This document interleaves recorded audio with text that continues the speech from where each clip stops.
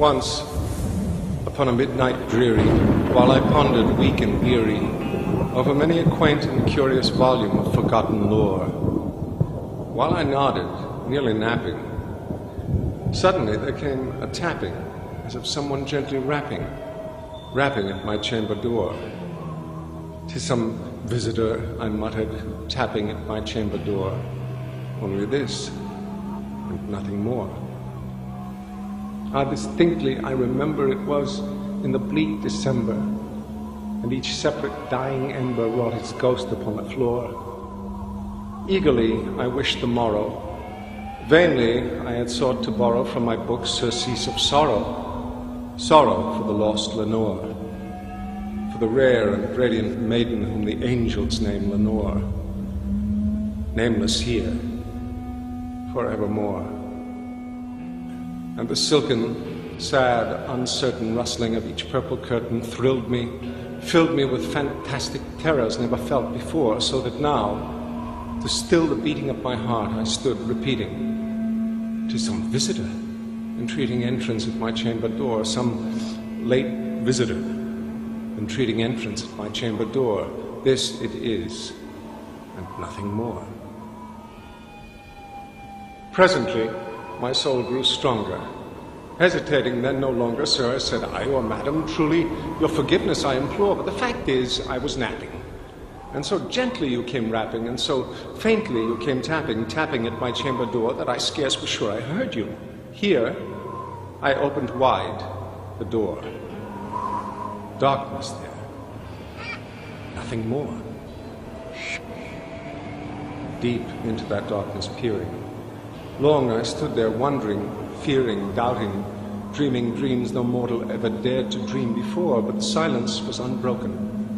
The stillness gave no token, and the only word there spoken was the whispered word, "Lenore." This I whispered, and an echo murmured back the word, "Lenore." Merely this, nothing more.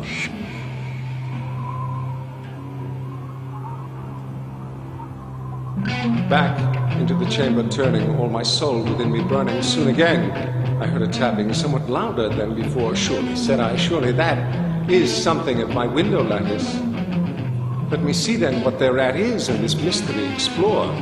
Let my heart be still a moment, and this mystery explore. 'Tis the wind, and nothing more."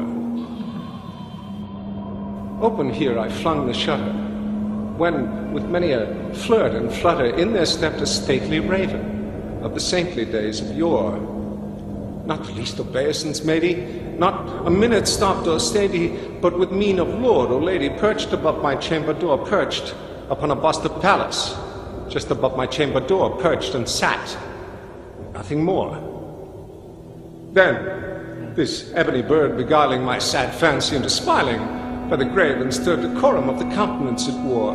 "Though thy crest be shorn and shaven, thou," I said, "art sure no craven, ghastly, grim, and ancient raven, wandering from the nightly shore. Tell me what thy lordly name is on the night's Plutonian shore."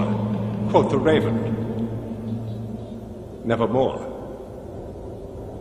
Much I marvel this ungainly fowl to hear discourse so plainly, though its answer little meaning, little relevancy bore, for we cannot help agreeing that no living human being ever yet was blessed with seeing bird above his chamber door, bird or beast, upon the sculpted bust, upon his chamber door, with such a name as Nevermore. But the raven, sitting lonely on the pallid bust, spoke only that one word, as if his soul in that one word he did outpour. Nothing farther than he uttered, not a feather than he fluttered, till I scarcely more than muttered, "Other friends have flown before. On the morrow he will leave me, as my hopes have flown before." Then the bird said, "Nevermore." Startled by the stillness broken by reply so aptly spoken, "Doubtless," said I, "what it utters is its only stock and store, caught from some unhappy master, whom unmerciful disaster followed fast and followed faster, till his songs one burden bore, till the dirges of his hope that melancholy burden bore of never, nevermore. But the raven, still beguiling all my fancy into smiling straight, I wheeled a cushioned seat in front of bird and bust and door. Then, upon the velvet sinking, I betook myself to linking fancy unto fancy, thinking what this ominous bird of yore, what this grim, ungainly, ghastly, gaunt, and ominous bird of yore meant in croaking nevermore. This I sat engaged in guessing, but no syllable expressing to the fowl whose fiery eyes now burned into my bosom's core.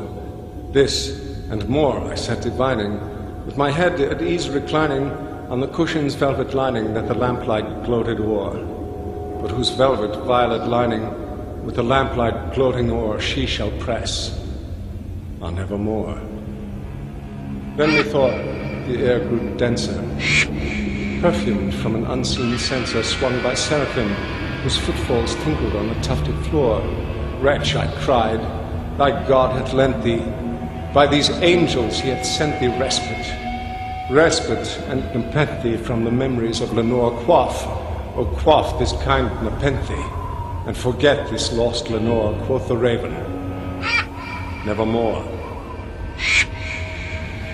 Prophet, said I, thing of evil, prophet still of bird or devil, whether tempest sent or whether tempest tossed thee here ashore, desolate, yet all undaunted, on this desert land enchanted, on this home by horror haunted, tell me, truly I implore, is there balm in Gilead? Tell me, I implore, quoth the raven, nevermore.